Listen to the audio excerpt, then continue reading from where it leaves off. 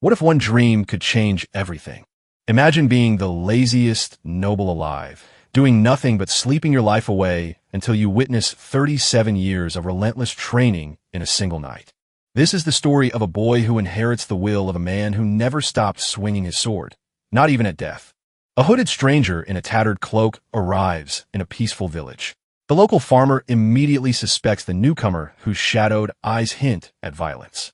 Despite the farmer's hostility, the village elder welcomes the wanderer and gives him shelter. The farmer watches, sensing their peace is about to be disrupted.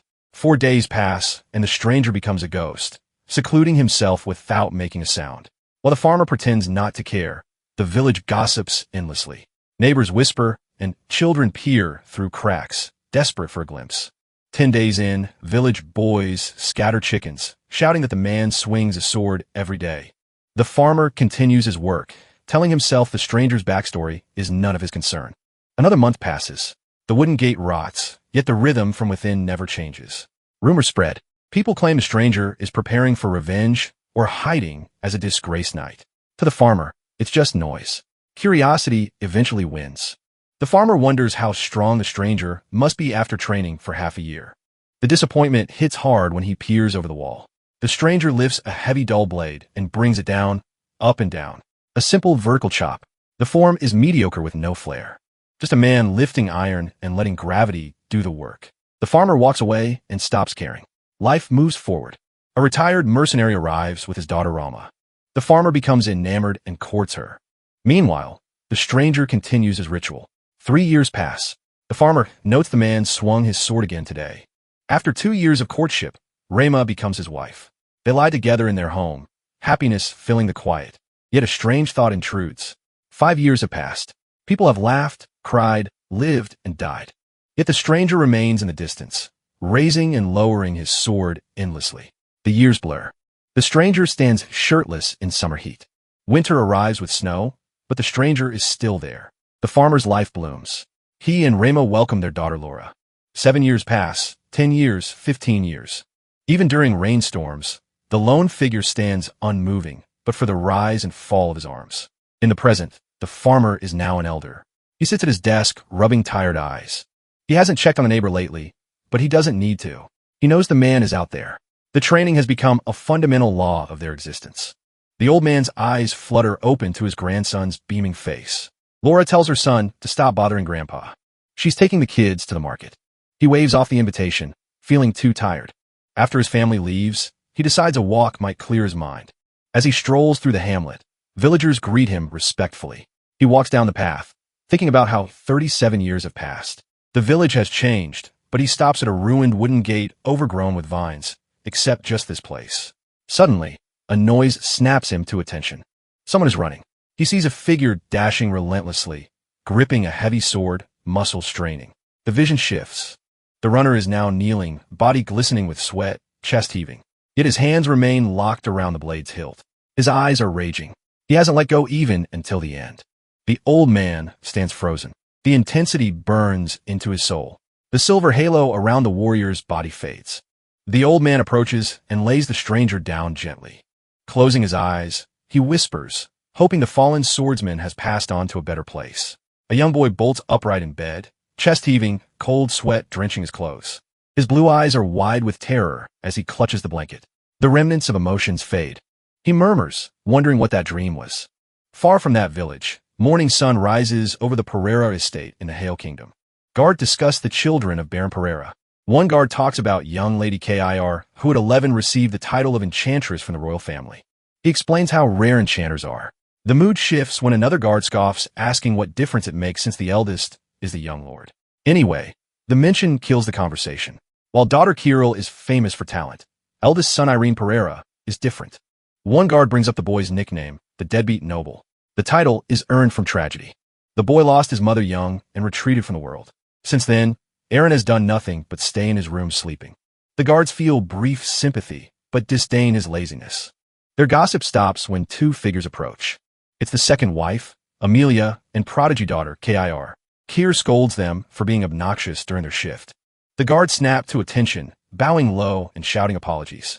Carol questions the worth of an apology. As they stammer, Amelia intervenes with a serene smile. She suggests they've learned their lesson. The noble women walk away, leaving the guards to collapse against the walls. Inside the mansion, Aaron Pereira jolts upright in his bed. His breathing is ragged, eyes wide. It's the middle of the day when he usually sleeps. Yet he's awake. He clutches his head, distressed. He tries to force himself back down, but his mind races to the strange dream haunting him. Since that dream, his reality has shifted. He recalls phantom sensations more real than anything. The taste of water after exhaustion, the screaming of muscles pushed to breaking. He stares at his soft hands, confused by the disconnect between his body and the memory of training. A maddening itch crawls beneath his skin, a desperate need to move. The door cracks open. A servant peers in asking if the young master needs anything. Aaron stands by the bed, sweat dripping from his face. He looks at the servant, eyes intense and desperate. He stammers, struggling to voice the alien desire consuming him. Finally, he forces it out. He wants a sword, and he wants to swing it. The servant's expression shatters, replaced by absolute shock at the impossible command from the boy who does nothing but sleep. The Pereira family training grounds fell silent as an impossible sight unfolded. Aaron Pereira, the young master, infamous for never leaving his bed, stepped onto the field. Soldiers and guards exchanged shocked glances, one even asking his companion to pinch him to confirm this wasn't a dream. The sharp sting that followed proved the reality nobody expected. Aaron moved with heavy steps across the courtyard, his blonde hair catching the morning light while exhaustion marked his pale face. His attendant trailed behind, frantically explaining that the wooden practice weapons varied wildly in weight and balance. The man begged Aaron to wait for a proper instructor, but the young master refused without hesitation. Standing before the weapon rack, Aaron's gaze locked onto the heaviest wooden sword. The thick blade resembled a club more than any refined weapon. He reached out and gripped the hilt. Immediately, his arms trembled under the burden. Muscles accustomed only to silk sheets screamed in protest as sweat formed on his brow. Two noble officers observed the pathetic display. They acknowledged a hint of potential in his stance, but agreed. The boy looked utterly worthless. Their conversation turned to the humiliation Aaron suffered last month at the hands of Lord Jiren's son. That public shame apparently drove him from his chambers. They laughed while placing bets on how long his motivation would last, settling on 30 minutes at most. The attendant continued pleading, insisting swordsmanship couldn't be learned alone and suggesting they start fresh tomorrow. Aaron ignored every word. He heard the mocking laughter from above, felt every dismissive glance from the sidelines. Instead of crumbling, his eyes hardened with desperate focus as he prepared to swing. Each movement brought waves of agony through his untrained body. His foot slipped on the smooth stone and balance vanished. He crashed backward on the ground, chest heaving as mist escaped his mouth with each ragged breath. Despite the pain, strange relief settled into his exhausted limbs. He forced himself upright, dragging the heavy blade across the floor into position. A singular purpose drove him forward, replicating the movements from his recurring dream. With every forceful swing, the weight crushing his heart lifted slightly. Bad memories and festering grudges were sliced away by each arc of the blade, scattering into the wind. He became lost in pure intensity, eyes fixed and unblinking, consumed by rhythm and motion. Only a firm hand on his shoulder broke the trance. His attendant stood pale-faced, shouting for him to stop. The sun already touched the horizon, casting orange shadows across the grounds. Aaron blinked through mental fog, asking what time it was. As adrenaline drained from his system, strength evaporated. His legs turned to lead, and he collapsed into the attendant's arms, murmuring that he couldn't feel his throat anymore. The attendant scolded him for pushing beyond all reasonable limits, explaining he'd been calling out for ages without response. While helping Aaron back toward the mansion, the man insisted he leave cleanup to others and focus entirely on rest. Aaron managed only a weak nod, wondering if standing would even be possible tomorrow. Night fell over the estate. Every fiber of Aaron's being pulsed with shooting pains, soreness so intense he feared sleep impossible. Yet exhaustion within 5 minutes. He fell into deep slumber marked by rhythmic snoring. Days later, morning sun illuminated the dining hall where Aaron devoured food with savage hunger. He stuffed sandwiches into his mouth and gulped milk, his appetite matching his physical demands. The attendant asked if he planned to return to the training grounds again. Aaron confirmed immediately. The dream returned nightly, and his body craved movement only the sword could satisfy. It cleared his wandering thoughts and provided tangible progress. Slamming down his empty glass, he demanded more food. Near the estate gatehouse, guards discussed their ongoing wager. One confirmed it was the fourth day, eager to see the results. His companion remained cynical until a hooded figure approached. The brown-robed stranger leaned on a wooden staff, his face obscured as he politely requested directions to the training grounds. The guards demanded identification.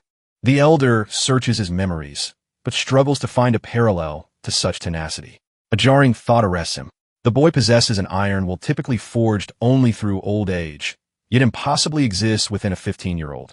If this raw potential were guided by the right mentor, the results would be legendary. The question hangs heavy. Just how high will this boy ascend? Ancient texts describe the griffin as a legendary creature with a lion's body and eagle's head, possessing impenetrable steel-like skin. Yet, reality bends under Enchantress Kirill Pereira's will. Energy crackles and condenses, weaving together a massive crimson feathered beast that slams on a stone pavement. The impact knocks armored guards off balance. The griffin's glowing teal eyes fix on terrified soldiers. This is a construct imbued with energy mimicking life itself. Carol stands before her creation, finger extended in accusation. She singles out guards one by one, voice sharp with authority. Her eyes flick to a hooded, elderly stranger watching with an amused smile. The old man claims to be a wandering knight observing the grounds. Kir ignores him and turns fury to three guards, demanding why they're standing idle. The griffin lowers its head, beak inches from trembling soldiers. They stammer desperate excuses about shift changes. Carol cuts them off, furious they dare interrupt her. The griffin snaps its beak, silencing protests. She berates them for gossiping instead of maintaining discipline. A voice cuts through the tension. Aaron appears, wooden sword in hand, sweat dripping from his chin. He looks exhausted, breath ragged, asking what's happening. Kir's expression shifts to annoyance and concern. She snaps at him to quit immediately. Aaron blinks, confused. Carol roughly grabs his wooden blade, demanding to know what he thinks he's doing. She lectures him harshly about swordsmanship, bringing up his history of sleeping all day. She points out his terrible form, comparing him to rookie guards. The griffin looms over the scene.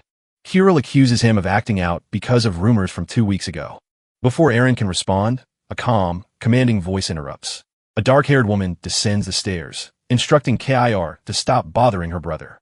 Kir tries to protest, but the stern command allows no argument. The woman dismisses guards with praise, then warns Aaron not to overdo training. As they leave, guards sigh in relief before the griffin lunges, sending them scrambling.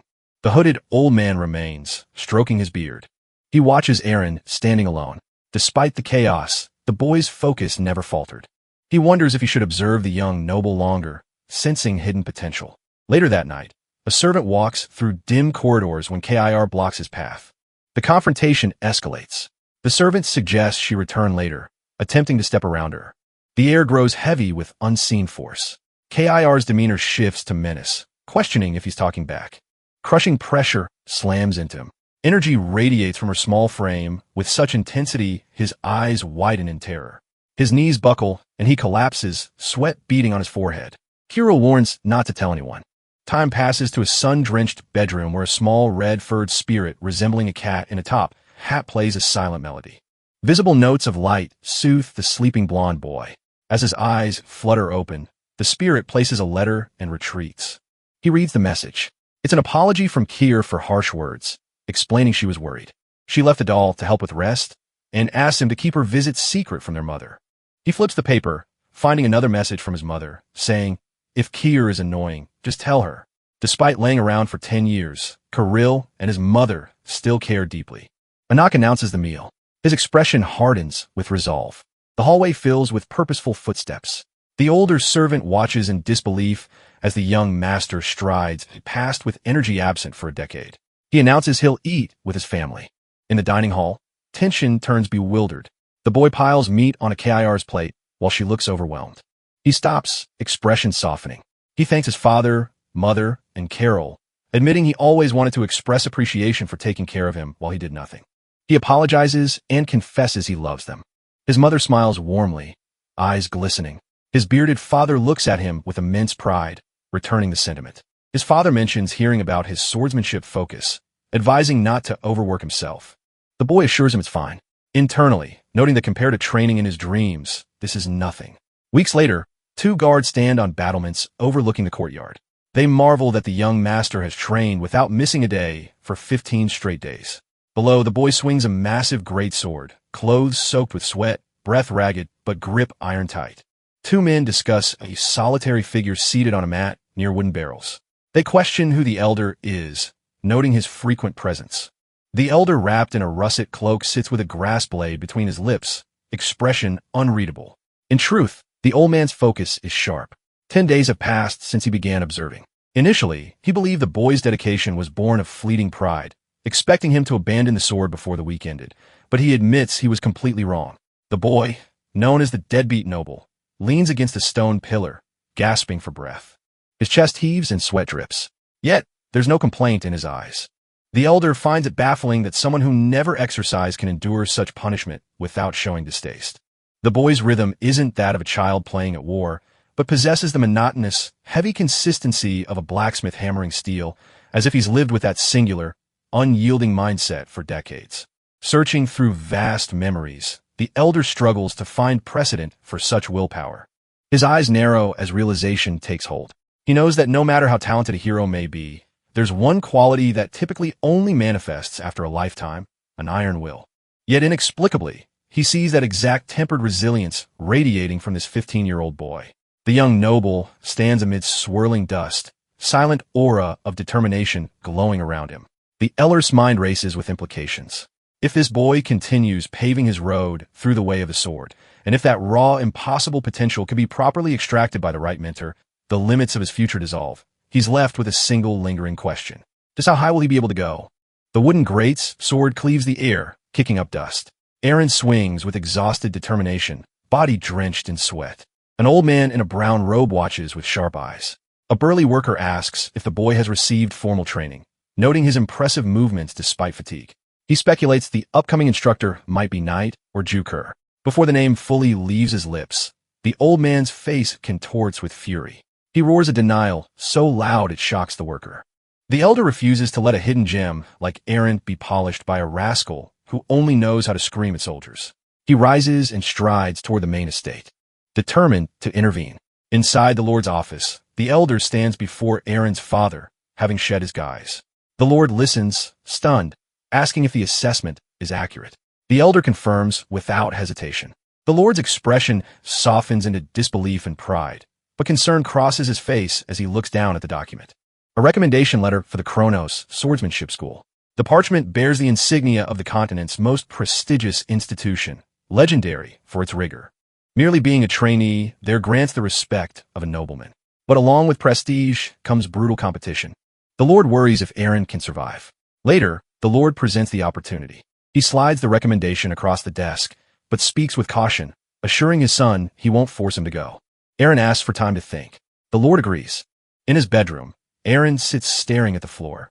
Doubt gnaws at him. He wonders if he can succeed after 10 years doing nothing. Fear is palpable, but frustration overrides it. His hand tightens into a fist. He can no longer bear the stagnation. He returns to his father's office and declares his acceptance. The day of departure arrives. The family gathers to see him off. His mother and sibling wave. His father looks on with pride. Aaron climbs into the carriage, door clicking shut. As they roll past the estate walls, the driver asks if this is his first time leaving alone. Aaron confirms it is. The servant offers a small bundle. Inside rests a weathered pendant from Kirill. Aaron clutches it against his chest as warmth spreads through him.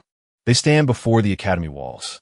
The servant offers to escort him, but Aaron stops him, explaining he's only a trainee now and needs to do things on his own. The servant is overcome with emotion.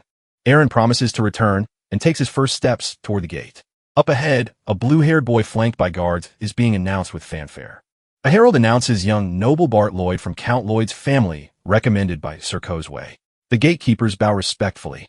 Aaron steps up to the checkpoint, introducing himself and extending a scroll with a recommendation from Sir Somerville. The guard's eyes widen, exclaiming he knows Sir Bran Somerville. In his mind, the legendary knight appears, a warrior cutting down wolves and monsters. He assures Aaron he'll pass and gestures toward the auditorium.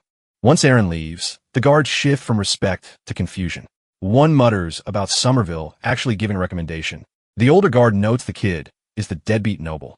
His colleague explains it's the lazy kid from the Pereira family, wondering what the picky old man saw in him. The older guard states they'll find out soon. Aaron pushes open the auditorium doors, revealing a hall packed with people. As he steps in, silence ripples through the crowd. Hundreds of eyes fixate on him. A redhead girl whispers to stay calm. A silver-haired girl stands silently with stoic expression. Aaron wipes sweat from his cheek as he navigates the sea of trainees. A booming voice echoes. A large man in heavy armor with a jagged scar stands on the podium. He welcomes 400 preliminary trainees, introducing himself as their instructor. The trainees murmur nervously. The scarred man scans the room. His gaze lingers on the blue-haired noble and redhead before focusing on the silver-haired girl. She stands with perfect posture, radiating a cold aura. He recognizes Ilya Lindsay, the second genius from the Lindsay family. Bart Lloyd stares at the silver-haired girl in despair. Realizing his chance of getting first place has disappeared, the instructor slams a fist against his palm. He explains they're not yet trainees, but preliminary trainees. The training process is difficult. If they pass the next 2 assessment tests, they can stay for a year. More hell awaits after becoming full trainees. He instructs them to leave their belongings and go outside. The instructor leads them toward a sprawling field dominated by a massive circular track. He explains it's for physical training, focusing on endurance. Without hesitation, he launches forward, shouting for everyone to run. The sudden start catches students off guard. They scramble to follow. The instructor leads effortlessly while students struggle. He taunts them and accelerates. Chaos ensues as breathing becomes ragged toward the rear. The blue-haired student maintains calculated rhythm. He tells himself it's a marathon. His gaze drifts to a blond boy struggling behind everyone. His expression hardens with disdain. The blond boy's legs give out. He collapses on a dirt, gasping for air. The blue-haired student keeps running, leaving him behind, thinking the nickname fits perfectly. On the ground, the blond boy is in agony. His vision swims, and chest feels tight. He thinks his heart is going to burst. The gap between him and the rest widens. He can't take another step. But then, a memory flares. His boot slams into the dirt with renewed force. The blue-haired student turns, eyes widening. The blond boy commands his broken body to obey. He forces himself to his feet, swaying but standing. This is nothing. At the front, the instructor grins sharply, recognizing that fighting spirit. The blond boy's mind flashes to the figure, haunting his sleep.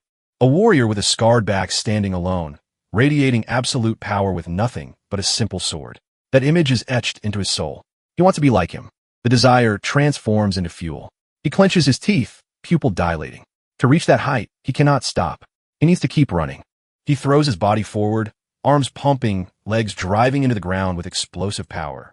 He screams out his defiance, tearing himself away from the label that has defined him. No more being a deadbeat. The instructor watches from the sidelines, hand on his chin.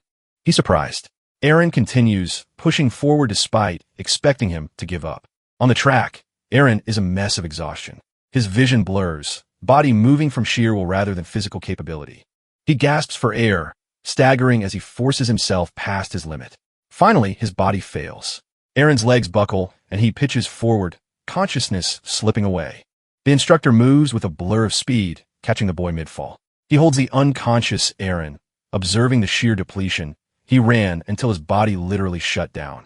The instructor smiles, finding this perseverance incredibly interesting. Aaron's eyes snap open. He stares up at a wooden ceiling. Disoriented, a man with a ponytail introduces himself as instructor Run Tarhel in charge of the recovery room. He boasts that Aaron's swift consciousness is due to his superior medical skills. Aaron offers a polite thank you. The instructor laughs, joking he'll likely see Aaron here often before clarifying he's teasing. Tarhal produces a rolled scroll explaining these are the preliminary test rankings. Aaron unrolls the paper and scans until reaching the bottom. Rank 400 dead last. Aron Pereira. Tarhal watches closely explaining this is just preliminary, assuring rankings will shift within a year. He expects shame or despair, but Aaron stares with calm, unbothered expression. Tarhal finds the reaction unexpected. Deciding Aaron is fine, he grabs him and shoves him toward the door, telling him to get moving. The scene shifts to a lecture hall where instructor Karaka addresses gathered trainees. He unveils a chart displaying the Kronos Swordsmanship School schedule, a rigorous cycle of waking early, training, meals, and study. Free time is theirs to use, and training facilities remain open for personal practice. A blonde student smiles, excited by the prospect of practicing sword work. However, Karaka raises a finger with a sharp warning. The declaration rings out, striking students like a physical blow. The instructor's voice is absolute, forbidding any weapon training. The restriction sends shock through the crowd. Later that evening, 3 students stroll down the cobblestone path. Blue-haired nobleman Lloyd walks flanked by companions who fill the silence with chatter. One asks if the liberal arts class was boring. His friend quips, it's probably because he couldn't understand. The first boy retorts to shut up. They push open gymnasium doors, stepping into a space humming with activity. Lloyd remarks it's spacious. His follower notes everyone's working hard. Lloyd says they'll get tired soon. His gaze drifts, arrested by a sight that freezes him. A silver-haired girl stands at a squat rack, shoulders burdened by immense weight. She drives upward, heavy plates rattling as she completes the repetition with terrifying power. It's Ilya Lindsay. Lloyd stares, sweat beading on his temple. Her presence alone is suffocating. In his mind's eye, the floor falls away, replaced by dark void. He envisions himself stranded on a crumbling pillar, looking up helplessly as Ilya ascends a staircase into darkness. She exists on a tear he cannot reach. The trance breaks with incredulous voices. One exclaims how strong she is. Another points toward a bench press, noting the deadbeat's training. 2. Lloyd sees the blonde boy struggling violently. His arms shake as he attempts to lift just the empty bar. One lackey laughs, questioning why he lays around for 15 years if he was going to work this hard. The other says he might faint again. Nearby, Ilya wipes her face, indifferent to the mockery. Lloyd turns his back and commands his friends to stop wasting time. As Lloyd walks away, his eyes lock onto a girl with fiery red hair doing bicep curls. He recognizes Judith, the commoner, who humiliated him by taking second place. He watches her strain against the weights. Lloyd's expression d'arquence, compétitive aura flaring. He stares at her intently, vowing he won't lose to her again. The intensity is palpable, but Judith isn't intimidated. She stops her workout and glares back with annoyance. She snaps at him to stop looking. Lloyd flinches, caught off guard. He stammers, asking if she just spoke to him. Judith shoots back, asking if he's dumb, stating she can't focus because of his stares, and tells him to get lost. Lloyd's friend interjects, stepping forward with indignation. He explains Lloyd is from the family of Count Lloyd, someone that shouldn't be disrespected by the likes of her. Judith looks at the shouting lackey with confusion and pity. She sighs unimpressed, asking what's up with them. The gym air is thick with tension as a dark-haired student screams into the red-haired woman's face, gripping a dumbbell tightly. He demands she fall to her knees and beg for Sir Lloyd's mercy. The woman barely flinches. Instead, she wrinkles her nose, pointing out his breath reeks. A sharp, commanding voice cuts through, ordering them to shut it. The red-haired woman whips her head around, confused. Beside her, the blue-haired student looks equally bewildered. Both freeze, eyes widening. A girl with silver hair stands over a bench press, holding the barbell bar effortlessly in one hand, looming over the blonde boy lying beneath. He looks up with nervous sweat as she asks if they can have a talk. The gym falls into stunned silence. Even the red-haired woman swallows hard. The silver-haired girl stares down at the boy before leaning in close. She lowers her voice to a whisper, speaking directly into his ear while he lies paralyzed. The surrounding students watch with bated breath, unable to catch a syllable. As quickly as she arrived, she straightens up and walks away. She exits the training hall and doors slam shut, leaving a vacuum of silence. The blonde boy sits up, looking dumbfounded. He glances to his side, realizing the temporary peace has evaporated. The red-haired woman and blue-haired student, along with others, rush toward him in frenzy. They crowd his space, desperate to know what happened. The blonde boy tries to play it off, claiming he couldn't hear anything, and attempts to resume his workout. He pushes against the barbell, but it stops halfway. The red-haired woman has grabbed the weights, overpowering his lift and pinning the bar down. She looms over him, face shadowed. When the boy stammers an apology, she cuts straight to the chase. She tells him she has no interest in long conversations and demands he answer quickly. Leaning in until her face is inches from his, she invokes Ilya Lindsay and aggressively asks exactly what the silver-haired girl whispered to him. Judith stares at Aaron with incredulous eyes, demanding to know if Ilya only taught him how to use the drill room equipment properly. Aaron stammers that it's true. Judith leans in closer, questioning their relationship. Aaron insists it was his first time seeing her. Judith holds his gaze before straightening. She tells him to get rid of that expression before someone thinks she's bullying him. She marches off, leaving Aaron baffled. Lloyd appears, staring down at him with intense curiosity, asking what he and Ilya talked about. A month passes in a blur of grueling conditioning. Lloyd drinks water, listening to peers grumble about the lack of sword training. His eyes drift across the room. He watches Ilya standing over Aaron, instructing him like a drill sergeant. She commands him not to bend his back. Eren grunts, struggling under the barbell, legs trembling. She adds to breathe evenly, watching his form like a hawk.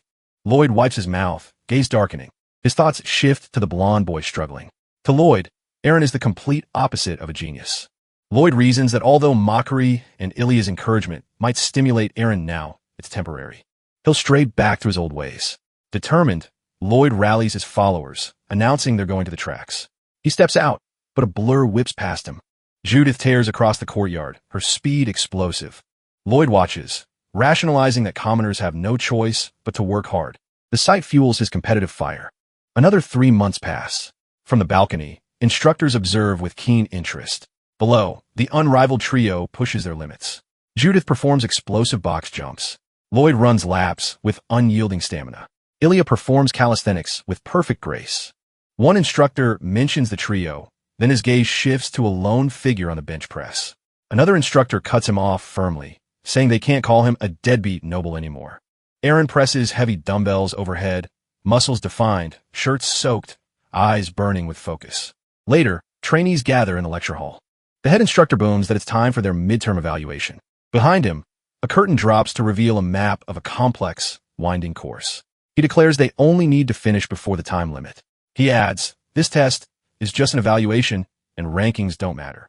Relief washes over some, but he continues. However, the Swordmaster will award the top 5 preliminary trainees himself. The atmosphere shifts from fear to competitive hunger. It'll begin in 10 days. Outside, Lloyd stands calculating. Elsewhere, Judith slams her barbell down, having hit a new personal record. Satisfied, she decides that's enough. But desperate gasping interrupts her. She turns to see Eren on his hands and knees, dry heaving from exertion. Judith frowns. He's training past his limits again. She cannot fathom possessing less perseverance than a boy rumored to be a lazy deadbeat. Fueled by competitive adrenaline, she grabs her barbell and resumes lifting with aggressive intensity. It's one day before the evaluation. 2 instructors discuss the roster. Their conversation is cut short by the arrival of a robust bearded figure. It's Ian, the schoolmaster. The instructors stiffen. Ian waves off their formality, stating he prefers to see students with his own eyes. He moves through the hall, his jovial demeanor shifting to sharp observation. He comments on this year's high-quality batch. His eyes land on a silver-haired girl moving with precise rhythm. He recognizes her as the second genius of the Lindsay family. His expression softens into pity. His attention shifts to Judith, who's still lifting with frantic energy. Ian notes she's clearly overdoing it. Ian approaches but doesn't scold her. He merely chuckles at her stubbornness. Instead, he asks, "Where is Eren Pereira?" A rhythmic, heavy thudding echoes from the corner. Metal strikes metal with hypnotic regularity. The instructors check the time, and their eyes widen. Eren has been lifting for nearly 30 minutes without a break. The younger instructor steps forward to intervene, but Ian raises a hand. He commands them to let the boy be. Ian's gaze is fixed on Eren's face. The boy is drenched in sweat, teeth gritted in pure exertion. Yet his rhythm doesn't falter. Ian watches with profound interest, realizing what he's witnessing is not just physical endurance. He sees a mind that has exerted perfect, absolute control over its body. The exhausted young man collapses onto the mattress. He exhales, staring at the ceiling while his chest heaves. His mind drifts through the chaotic events. He recalls the faces of those who once mocked him, realizing their attitudes have shifted. They're conscious of him now. His thoughts wander to Ilya, deciding that overanalyzing will get him nowhere. He covers his eyes. He tells himself to stop thinking and rest. As he closes his eyes, the room fades away, replaced by consuming darkness. The blackness shifts into a vivid crimson dreamscape. He's standing in a void filled with billowing red fabric. A towering figure in red robe stands before him. He feels small like a child. He presses his face against the figure's chest, enveloped by the massive red cloak. The warmth is comforting. He clutches the fabric tightly. Suddenly, a blinding white light shears through the darkness. High above, a muscular warrior with flowing pale hair descends, wielding a colossal sword that splits the sky. The boy looks up in awe as wind whips around him. The scene shifts to departure. The boy, now dressed in white uniform, grips the red-robed figure's sleeve before letting go. He steps back with a confident smile. He thanks the Guardian for everything. Turning his back on the red darkness, he walks toward consuming white light, declaring it's time to go. In the real world, the young man snaps awake. His body jerks as wisps of black, shadowy energy steam off his skin. He sits up, the dark aura intensifying. As he stands, the shadows swirl aggressively around his limbs and back, coating him in a jagged, smoky power that radiates from his very core. Heavy boots impact the dirt. As Eren takes his place, he stands amidst the gathering crowd, tunic sodden with sweat, clinging to a frame wrapped in bandages, posture screaming exhaustion before the test has even begun. The whispers start immediately. They question if he trained through the night. Nearby, Brat Lloyd and his companion observe with disdain. To them, Eren is a fool who has mismanaged his condition. Brat's gaze shifts to Judith, noting she looks equally ragged. A smirk touches his lips. As long as he maintains focus, second place is practically guaranteed behind Prodigy Ilya. The instructor's voice booms. He outlines the midterm evaluation, a grueling 4-stage course comprised of the push press, box jump agility test, running track, and swimming. The rules are simple. Exceed the target goal to advance. It's an absolute evaluation of personal growth, not a race against neighbors as trainees take their places behind weighted barbells. The atmosphere tightens. The command triggers instant movement. Ilya Lindsay moves with terrifying precision, her barbell rising and falling in a blur of silver hair and steel. She's visibly faster than everyone. Brat grits his teeth, hoisting his own weights, accepting he cannot match her speed. He focuses on his rhythm, intending to secure runner-up position, but a disturbance in his peripheral vision shatters his concentration. Brat's eyes widen. Next to him, Eren is moving. The boy who looked ready to collapse is driving the iron bar upward with relentless rhythmic intensity. Sweat flies as Eren pumps the weight, breathing heavy but controlled. He lets out a guttural roar, forcing the bar up one last time with an explosion of effort. The instructor announces Ilya Lindsay. Stage 1 pass. Brat is barely processing when the impossible happens. Eren Pereira stage 1 pass. Brat freezes, face flushing with disbelief. Eren drops the weights and stumbles forward, chest heaving, steam practically rising from his overheated skin. The crowd gasps, stunned that the deadbeat has kept pace with the elite. Ignoring the shock, Eren lurches toward the second station. He stands before the wooden box for the agility test. Doubts swirl around him. But as he crouches and explodes upward, landing firmly on the platform, his internal world shifts. He's surprised by his own power. He leaps down and rebounds instantly. His body feels different, not heavy with fatigue, but burning with strange, sustainable heat. He pushes aside fear of burnout, eyes narrowing with determination. He needs more. He speeds up, movements becoming a blur of kinetic energy as he vaults up and down, accelerating beyond what anyone thought possible. More. The cry rips through the training grounds, startling the instructor. He watches with confusion and awe before finally announcing Eren Pereira has passed stage 2. Nearby, Judith is lifting with terrifying ferocity, face contorted in pure exertion, veins bulging as she forces the heavy iron upward with explosive power. The instructor's surprise melts into a satisfied smile. The test transitions immediately under the harsh sun. Recruits enter stage 3, long distanciance running. Eren is already ragged, chest heaving with every step. Sweat drenches his shirt and vision swims, but he keeps moving. Ahead, Ilya creates a disheartening gap. She runs with upright, effortless posture. Eren watches that retreating figure, his steps heavy and loud. He clutches his chest, puzzled by a sensation that has nothing to do with fatigue. It's a strange, tightening feeling in his heart, sudden clarity amidst exhaustion. His eyes narrow, focusing intensely on Ilya's back. The desire manifests not as a wish to survive, but a demand to conquer. He wants to surpass the prodigy. Just as Eren steals his resolve, a red blur explodes past him, kicking up a violent trail of dust. It's Judith sprinting with the desperation of a madwoman. Eren stares, bewildered by her speed. Inside Judith's mind, the world is a tunnel of traumatic memories. She recalls the agony of her origin. Days doing push-ups with sharp needles beneath her, threatening to pierce her flesh if she collapsed. She hears phantom whispers of the elite. Gossip about a commoner daring to enter Kronos' swordsmanship school. Sneak calling her cheeky and special. Their doubt fuels her stride. She runs with fury born of humiliation and pain, screaming internally that they know nothing of her sacrifice. She vows never to lose. Driven by blinding rage, Judith reaches the edge and flings herself off the cliff without breaking stride. Plunging into stage 4, long-distance swimming, she hits the water hard and immediately surfaces, thrashing against waves and gasping for air. Shock paralyzes her as a jagged bolt of agony shoots through her calf. The muscle seizes violently, locking her leg in a crippling cramp. She thrashes in the water, panic setting in as her buoyancy fails. The timing feels cruel. She grits her teeth, face contorting in pain. Why did this have to happen now? She flails, trying to keep her head above the chopping waves, but her movements are jagged and ineffective. Ahead, she sees the other swimmer continuing forward, and bitter realization washes over her. She knows she pushed too hard, but the thought that stings worse is the possibility that even her absolute limit isn't enough. Does overworking mean nothing? She gasps, pleading with her limbs for strength, but the ocean pulls her down. Frustration gives way to the suffocating weight of water. She slips beneath the surface, the blue turning to dark, enveloping gray. It feels impossibly difficult to fight anymore. As she sinks deeper, watching bubbles of her own breath drift upward, her will dissolves. She's tired. The desire to simply close her eyes becomes overwhelming.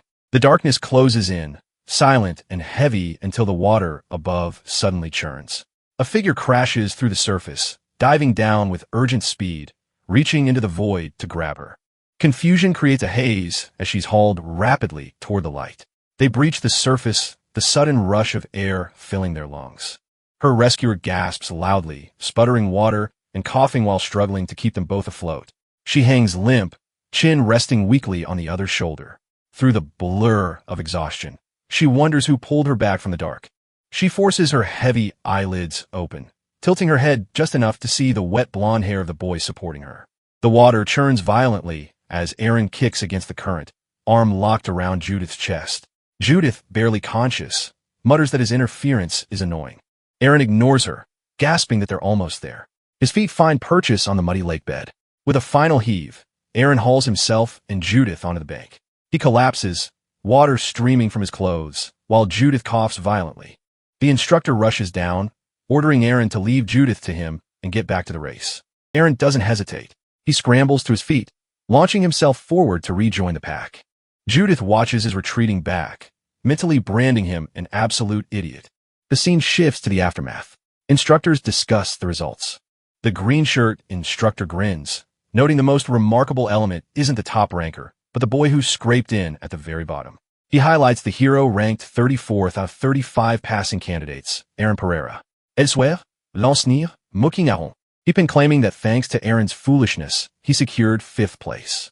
Lloyd walks past. Lance immediately shifts to fawning respect. As Lloyd distances himself, his mask cracks into frustration. He realizes the performance Aaron displayed was at a level he physically couldn't match. A heavy realization settles. If Judith hadn't burned out and required saving, he would have been pushed down to 4th place. Lloyd silently admits his total defeat to the boy everyone considers a fool. The following day, Aaron is heaving for breath on a dirt path. A sharp voice asks why he did it. Aaron looks up, startled to see Ilya with an intense gaze. Ilya demands answers. When Aaron asks if she means his rescue of Judith, Ilya confirms, asking why would he do such a thing. Aaron says quietly, he just felt like he had to. Ilya staris, disbelief evident. She asks if he knows that makes no sense. One of the instructors could have saved her. Why would he give up on a reward from the continent's greatest swordmaster? Not just that, the mouths that mocked him and gazes that looked down on him will continue. Aaron looks down. He asks softly if she's asking if he knows he gets called a deadbeat noble. His mind drifts inward. For a long time, his reality was a stagnant green swamp. He remembers sinking the lethargy, the pathetic acceptance, but then hands had reached in. His family had dragged him out when he couldn't move himself. Aaron looks back up. He remembers the water closing over Judith's head. He explains that he, who was able to get up due to the help of several people, didn't think it would be right to pretend not to see someone drowning. That's why he did that. That's the only reason. A gentle smile touches his lips. Ilya falls silent, eyes widening before turning sharply away. She asks if he'd never held a sword until last year. Aaron confirms. She says skill is most important in sword training. He probably missed the opportunity for the swordmaster's guidance due to yesterday's evaluation. She starts to walk away. She won't offer him any more help. Even if he becomes everyone's laughingstock again, she hopes he doesn't regret this. Aaron watches her retreat. He calls out, asking why she helped him in the first place. Ilya pauses. She glances over her shoulder. She admits she's not sure. She guesses she just disliked people who talked about others without having a clue about them. Without another word, she resumes her pace. Later, The main hall fills with light. Students gather for the ceremony.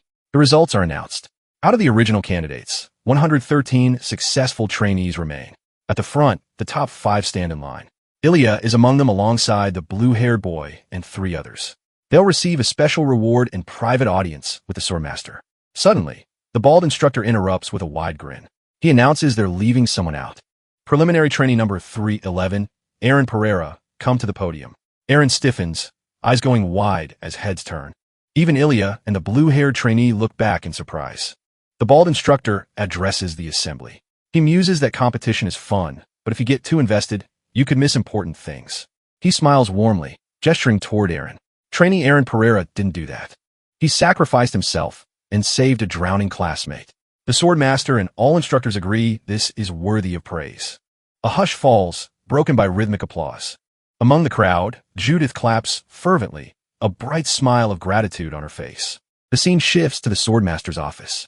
The blue-haired noble admits he understands now, confessing his perspective had been narrow-minded. The swordmaster waves off the self-deprecation. The young noble acknowledges his arrogance. With newfound resolve, he vows to change his path.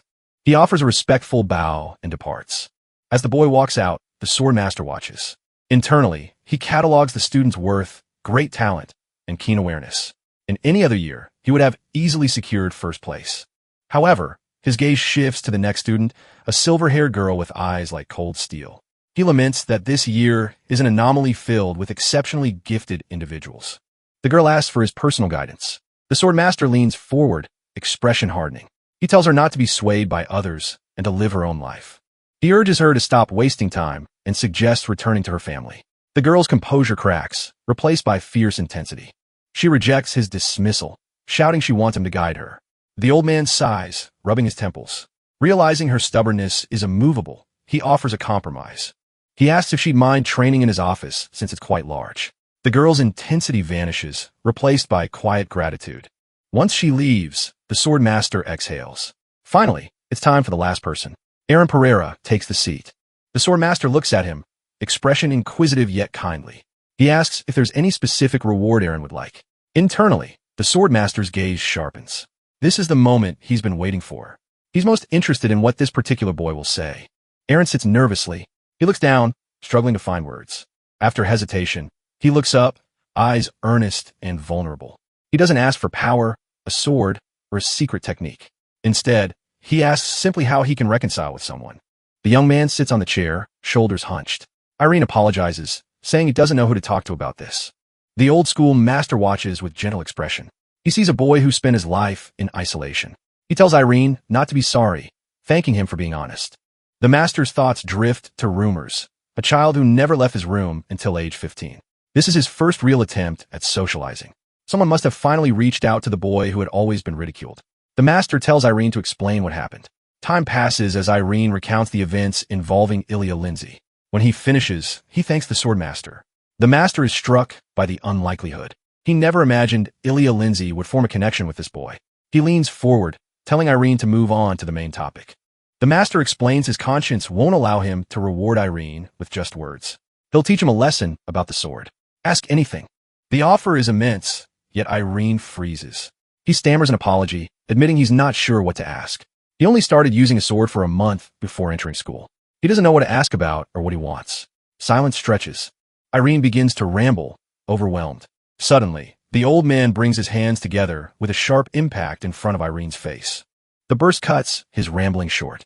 The master booms that there's nothing to be sorry for. Don't apologize too often. As a swordsman, that's how to stand up strong. Irene straightens up, self-doubt lifting. The master decides to postpone his reward. Irene can come later when he feels he's not good enough, or the master can decide when necessary. Irene stands, relief washing over him. After dismissing the boy, the school master watches Irene walk away. He muses about what a special child he is. Yet, suspicion tugs. Despite the boy's lack of formal knowledge, there's no anxiety regarding the sword itself. He seems to possess calm clarity. It's almost as if he's receiving assistance from someone else. Meanwhile, in the training hall, Irene struggles through push-ups. A sharp voice cuts through. Irene looks up to see Judith standing over him. Judith looks away, face flushing. She fidgets, struggling with her pride. She squeezes her eyes shut and pivots sharply, shouting, "Thank you." Irene blinks, taken aback. Judith turns back, face bright red, but expression fierce. She'll repay her debt. Judith declares they should stick together from now on. Aaron blinks, confused. Judith leans in, annoyed. Since he always eats alone, and she's without a companion, it's logical they combine their solitude. They can partner up for sword training. She delivers a hearty slap to his back. When he hesitates, Judith's face falls into ominous shadow. Her eyes glow with menacing light. Terrified, Aaron stammers out agreement. Satisfied, Judith reverts to cheerful self. She waves, announcing she'll take her leave. Aaron watches her retreat, rubbing his shoulder. She's definitely 3 years younger, yet he smiles. Despite her aggression, companionship isn't bad. Later, the hall fills with murmurs. Judith is in high spirits, loudly singing about grilling turtles. Aaron walks beside her, laughing nervously. Students whisper, unsettled. Lloyd's companions wonder if the near drowning has unhinged her.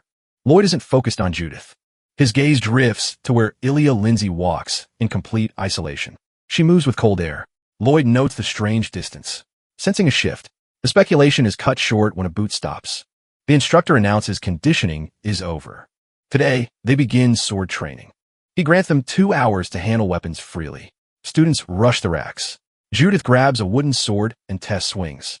She smiles, realizing aggressive strikes now feel controlled. Lloyd tests his blade, marveling at how light it feels. While others practice, footsteps echo heavily. Aaron walks past rows of long swords. He stops in front of the wall mount where the heaviest equipment is stored. Hanging, there is a massive wooden greatsword, a slab of timber resembling a construction beam. Aaron stares at it. Memories flood back. He reaches out and grips the hilt. His muscles tense as heaves the weapon off the rack. It's absurdly heavy, but he holds it steady. In the background, the old-school master watches with a knowing glint. Aaron adjusts his stance. He breathes in, focusing his entire being. With sudden explosive motion, he swings the giant blade downward. The weapon cleaves the air with terrifying force, stopping inches from the ground. The displacement kicks up a violent cloud of dust and wind. The heavy whoosh reverberates through the hall.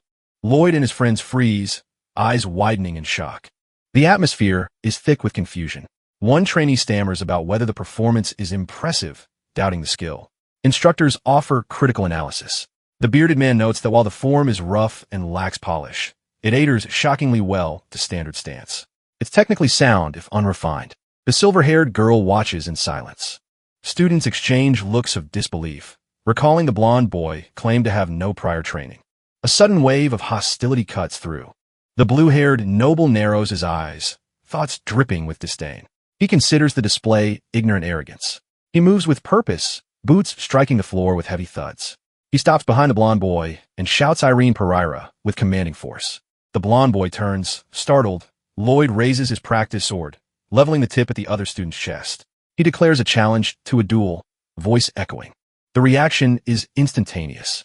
Collective shock ripples through the crowd. The redhead, silver-haired girl, and whispering boys gasp. Instructors look on with widened eyes. The blonde boy stands frozen. Tension mounts as silence reclaims the room. A bead of sweat trickles down the blonde boy's temple, eyes wide with anxiety. He looks uncertain, gaze shifting to the elderly headmaster, watching calmly. The old man offers a single slow nod, a silent gesture of permission. Seeing this, hesitation vanishes. He sets his jaw, expression shifting from nervousness to steely determination. With newfound resolve, he shouts his acceptance, agreeing to the duel.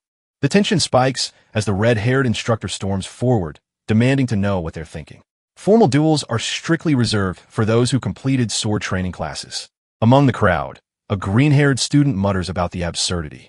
Why would Brett challenge Irene, whose swordsmanship consists of nothing more than swinging a heavy blade without technique? The instructor attempts to shut down the confrontation. However, the elderly swordmaster intervenes with a gentle smile, suggesting there are times when exceptions must be made. The instructor stiffens, silenced by authority. The old man stands between the combatants, issuing a stern safety warning. Both shout their agreement with a calm command. The swordmaster signals the beginning. Brett moves instantly, body blurring as he launches a high-speed lunge. Irene barely reacts, hoisting his massive greatsword to shield his body. Brett's blade strikes with heavy impact that vibrates through Irene's arms. The blonde boy grimaces, sweat breaking out.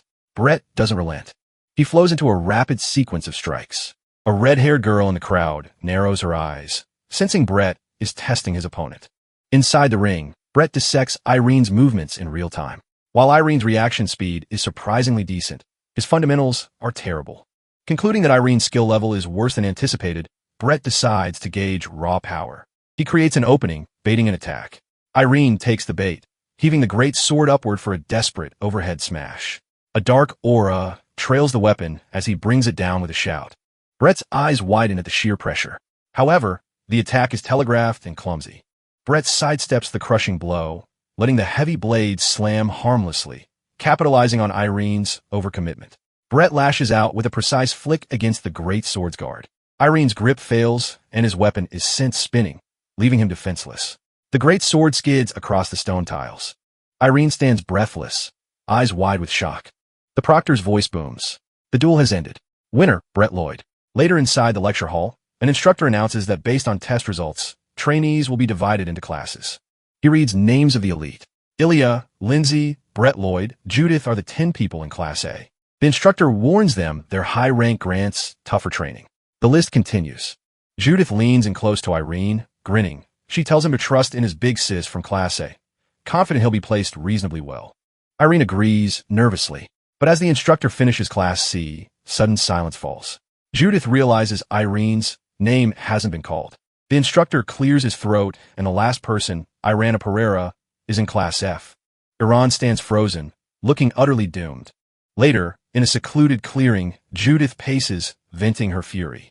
She complains about Brett, calling him an annoying bastard. She refuses to accept the result, shouting, Irene shouldn't be discouraged. Her tirade is cut short when she notices Irene staring with calm gaze. Irene speaks with disarming sincerity. He tells her not to be so angry. While he's deeply grateful for her concern, seeing her upset bothers him more than the loss itself. Judith's face erupts in crimson blush, composure shattering. Flustered, she lashes out in panic, smacking Irene while shouting denial that she was ever concerned. Irene winces, complaining about the bruise. Meanwhile, Brett collapses onto his bed, letting out a heavy sigh. His mind drifts back to the duel, replaying the moment Irene swung his sword. It wasn't the technique that haunts him, but the sheer unbreakable will he saw in Irene's eyes. Brett realizes he'd instinctively dodged the vertical slice without thinking, overwhelmed by the feeling that the attack was unstoppable. Back in the training grounds, Irene stands before Run Tarhal, the temporary instructor for Class F. Rune confirms the boy knows no techniques other than basic slices. When Irene apologizes, Run laughs it off. He poses a question. What does someone who started late need in order to keep up? Irene guesses hard work. Run's expression shifts from friendly to intense. He grips the massive blade on his back. No, he declares, drawing the weapon with violent burst that creates a shockwave. It's talent. The instructor slams the practice sword into the earth, the impact sending a tremor and kicking up dust. Of course, hard work is important as well, but it doesn't apply to you, who is more than a few years behind. The student swallows hard. 1 week, the instructor announces, familiarize yourself with basic sword skills within a week. If you pass, you'll immediately be promoted to Class C. And if I fail, nothing will change. But if you don't have at least that much talent, it would be best for you to leave the academy. The boy clenches his fists, expression shifting to determination. He shouts his resolve. I'll do my best. The instructor's stern facade cracks into a grin. The grueling week begins immediately. The boy swings the oversized wooden sword.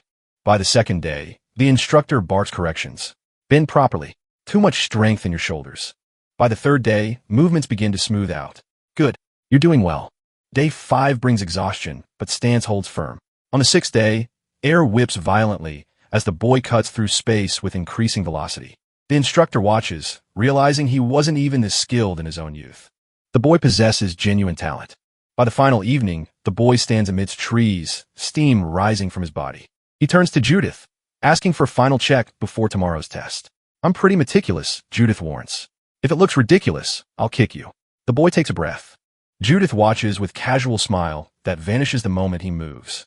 The air shrieks as the blade becomes a dark blur, slicing through wind with terrifying speed. Judith's eyes widen, confidence replaced by shock. How is that? The boy asks, panting. Judith recovers and thrusts a thumb upward, beaming grin returning. Later, in the recovery room, the instructor sits with a warm drink. A staff member enters, surprised. The instructor adjusts his glasses, satisfied smile playing on his lips. He thinks of the blonde student, visualizing him clad in armor, holding his weapon with newfound confidence. Against the odds, the boy made it to Class C. The cafeteria bustles with noise. Judith attacks her meal with ferocity, a tower of empty plates stacked beside her. She lectures the blonde boy, criticizing his modest portion size. Nearby, Lloyd maintains bored indifference while his companion, Lance, sneers, mocking Judith's appetite. Judith doesn't explode. Instead, she turns with smug expression. She loudly speculates that Lance must be harboring a secret crush on her, considering how intently he's been watching. She apologizes with mock sympathy because he simply isn't her type. Lance's face contorts with humiliation. He stammers, but Lloyd intervenes. His voice is cool and authoritative. He orders Lance to stop and walk away. Lloyd advises that bad-mouthing others serves no purpose. Judith watches them leave, noting that Lloyd has been surprisingly mature lately. Turning back, Judith probes her companion about his relationship with Lloyd. When the boy denies any quarrel, she shifts the topic to the silver-haired girl sitting in solitude. Ilya. Judith points out that since he's in Class A, he must see the prodigy frequently. She leans in with mischievous grin, asking if they become friends. The question sends the boy into panic. He leaps up, stammering denial. Judith bursts into laughter, revealing she was teasing. Her expression sours as she looks toward Ilya. Nothing has changed. Ilya remains the untouchable top ranker, isolated by peers crushed by her talent.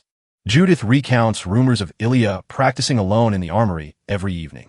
She turns back with sharp grin, telling him he needs to get promoted quickly if he ever hopes to stand on Ilya's level. The setting shifts to the training hall.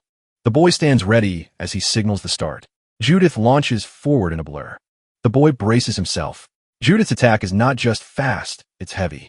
She swings with terrifying force that threatens to buckle his knees. He manages to block, but the impact reverberates through his bones. With desperate cry, the boy heaves his wooden sword overhead. Judith watches with sharp eyes. She doesn't flinch. She raises her weapon to intercept, catching the blow with jarring impact. Judith grins as she feels his strength falter. With sharp exhale, she shoves back, overwhelming his stance. The boy's eyes widen as his balance crumbles. Judith laughs, delivering a sweeping counterattack. The force lifts him off his feet, sending him crashing onto the tiles. Dust settles as he lies on the floor, groaning. Judith stands over him, sword resting against her shoulder. She admits he has improved a bit, though quickly adds he's still nowhere near her level. She glances around the empty hall. Shadows are lengthening. She decides that's enough, pointing out it's late. As the boy picks himself up, Judith leans in with mischievous glint. She mentions that if he heads to the Soyan armory, he might find Ilya there. The boy's face flushes, stammering protest, but the seed is planted. Later, the boy stands in the quiet courtyard. The silver-haired girl pauses her training. She stands motionless, black sword held vertically. She senses him immediately. Turning, she fixes him with piercing gaze and asks what he wants. The boy shrinks, managing only a shaky greeting. Ilya stares impassively, repeating her demand. He swallows nervousness and steps forward. Holding out a small blue pouch, he explains he came to give her this, a letter and gift from home. Ilya looks at the pouch, confusion softening her expression. She asks why he's giving it to her. The boy pauses. He explains he has a younger sister. A memory flashes of a girl with golden hair, fierce and frustrated. He explains his sister was never good at dealing with people, just like Ilya. Because of that, misunderstandings were common and they would quarrel. But the day after a fight, she would always leave a letter and gift by his bedside. The boy rubs his neck, smiling sheepishly. He admits he's also bad with words. Organizing thoughts to speak them is a struggle. So, he decided to write a letter instead. He tells Ilya he finally understands why his sister preferred writing them. Do you think I'll help you again because of this? Ilya asks, voice cool. She stands opposite him, posture rigid. Seeing his discomfort, her expression softens just a fraction. It's fine though, she mutters. The boy offers a sheepish smile. I'm sorry for interrupting. I'll leave now. He retreats, leaving her alone with the pouch. Later that night, Ilya sits at her desk, illuminated by lamp glow. She reads the note, faint smile touching her lips. How childish, she whispers. She reaches for the pouch and loosens the drawstrings. She retrieves a simple polished metal band, a bracelet. As she holds it up, her eyes widen. Amusement vanishes instantly, replaced by sudden violent jolt. A memory crashes into her mind. She sees a hand smeared with fresh blood reaching out in a wide eye filled with despair. A bracelet. She breathes, voice trembling. This is the metal band resonates, sending a shock wave through her. It's an Amoridonus. Dark energy swirls around her, hair whipping upward. Her face contorts in mixture of anguish and overwhelming power. The room shakes as a pillar of blinding white light erupts from her body. Slowly, the light recedes. Energy dissipates, leaving her standing, chest heaving. She turns her head, mind racing with new perspective. Maybe she thinks grip tightening. Maybe I was too wrapped up with that. The scene shifts to the training hall. The red-haired girl stretches. We're increasing the intensity today, she announces with grin. Beside her, Irene looks concerned. Their conversation is cut short by heavy boots. Both turn to see a blue-haired student marching toward them. The red-haired girl steps forward defensively. Did you come here to pick a fight? She demands. The newcomer stops. I have something to tell you, he says. He turns his gaze past her, locking eyes with the blonde boy. I need to tell you something, too, Irina Pereira. Why me? The red-haired girl grumbles. Is this guy crazy? Ignoring her, the blue-haired student steps closer to Irene, shedding his arrogance. From what you've shown at the midterm evaluation and in our last fight, he begins earnestly. You have this deep concentration that I don't seem to have. Irene blinks, surprised. The blue-haired boy presses a hand to his chest. I would like you to teach me that. I'll also teach you how to use the sword. I would like for us to make up for each other's shortcomings and grow together. The murmurs of students create a low hum in the training hall. Judith breaks the quiet, resting her blade against her shoulder, expression sharp and accusatory. What are you up to? She demands. Aren't you trying to make use of him? The blue-haired student meets her gaze with unflinching calm. Sure, you're right. Judith's jaw drops. What? You're pretty shameless, but is that really a bad thing? He counters with a smirk. I can get satisfactory growth on my own, but that method is inefficient here. I won't be the only one using you. You guys can also use me. You've also been competing with Irene all the time. He raises a clenched fist, demeanor shifting to impassioned. I believe I need to gain experience from various people. The swordsmanship we learned doesn't end here. This is an opportunity. Surrounding students whisper in awe. Fine, he says decisively to Irene. Judith looks baffled. Irene looks anxious. But will it be okay? Irene asks, shoulders slumped. I'm way too incompetent. The blue-haired student smiles. I told you already that you have something that I don't. Internally, his mind races. Despite training for the same amount of time, why does a gap remain? He realizes the quality of that time differs. In his mind's eye, he sees Irene training from beginning to end. Irene Pereira does not once lose concentration. That's the secret. He looks intently at Irene. Let me know. How do you manage to stay so focused? Irene blinks. I don't really know. The student sighs. I expected you to say that. All geniuses usually say similar things. What do you mean genius? Irene stammers. No, from what I see, you're a genius. The student interrupts firmly. Maintaining your concentration isn't an easy feat. I have private training today. Judith, you're practicing with me tomorrow, right? Judith bristles. What? I never agreed. The student stops and turns back. Oh, and let me give you advice. Irene Pereira, stop putting yourself down. You were born into the Pereira family, which is of noble blood. Now you've shown acts and ability that befits one from a noble family. So be proud of yourself as a noble. Irene watches him go stunned. Beside him, Judith sticks out her tongue. Bleh? Am I the only one who feels like puking? Time passes. In the hall, the blue-haired student stands beside Irene, fulfilling his end of the bargain. Your hand is too fast here, he instructs. Brett holds his blade steady, instructing Irene on the finer points. He emphasizes the movement must be singular and explosive. To demonstrate, Brett lunges forward, a blur of precision. Later, Judith stomps away, shouting she refuses to continue. Brett and Irene watch with bemused expressions. Brett estimates her mood will last about a week. They share a light laugh before heading to the dining hall. The meal is noisy as Judith aggressively shovels food. A silver-haired maid approaches. Irene informs her he's read the letter. Judith immediately stops chewing, eyes widening. She leans in, demanding to know if Irene just confessed his feelings. Flustered, Irene frantically waves his hands. That night, Irene lies in bed. His mind replays Brett's advice about concentration. He stares at the ceiling, determining he needs to improve his mental focus. He closes his eyes. The darkness of sleep takes him.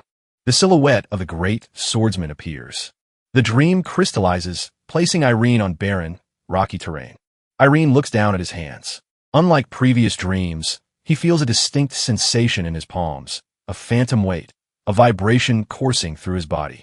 The man raises his colossal sword, and Irene feels the ghost of that movement within his own muscles. Irene wakes with a sharp gasp. He sits up in darkness, sweat clinging to his skin. The The sensation is fading fast. He must grab a sword immediately to anchor this fleeting feeling. By sunrise, Irene looks like a walking corpse. Dark circles hang under his eyes. Judith looks at him with confusion and annoyance. When they cross swords, Irene's gaze drifts. Unfocused, Judith yells at him to pay attention. Moments later, Judith finds Irene slumped on a bench, fast asleep. She begins to shout, but Brett intervenes. Suddenly, Irene springs from the bench. His eyes are glazed, but his body snaps into a perfect combat stance. Just as quickly, his energy cuts out and he collapses back. Brett stares, bewildered. When Irene rouses himself, Brett approaches. Irene offers a tired smile and explains he's training to improve his concentration, though it isn't going well. Brett suggests it might be akin to meditation training. Irene nods vaguely. Judith stares down at Brett, sprawled across the bench. When Judith points out his slumber, Brett corrects her. He insists he wasn't sleeping, but engaging in meditation training. Judith's grin sharpens as she asks if this technique involves snoring. Brett flushes. He quickly pivots, declaring his posture must have been the issue. He adjusts himself, adopting the classic lotus position.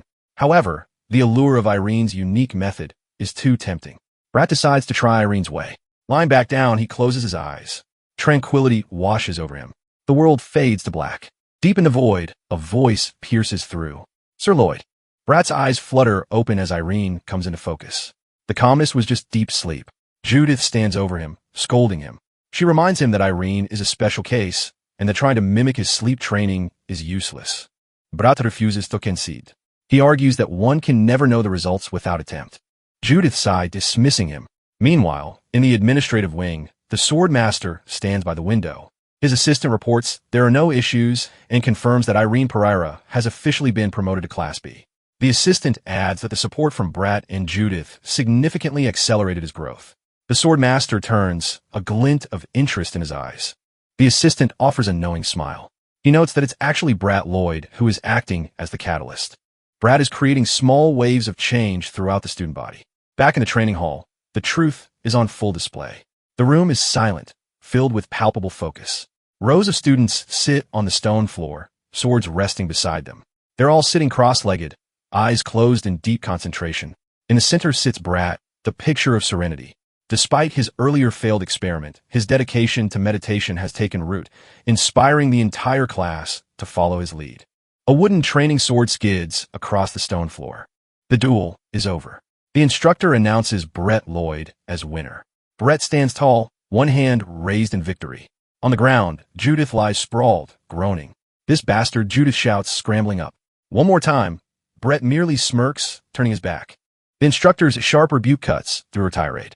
Later, the instructor watches from a distance, a warm smile softening his features. Despite their constant quarreling, he recognizes the fire in them. They're improving at a speed that defies expectation. His gaze lingers on Brett. The blue-haired boy is advancing rapidly. Brett clenches his fist, measuring the newfound power. If he keeps improving, perhaps he can finally reach the unattainable. His eyes drift toward a silhouette. Ilya, practicing alone. She is the summit he aims to conquer. Deep in the forest, Irene concentrates on his own path. He's a massive greatsword upward. He drives the blade down. The sword strikes earth, kicking up dust.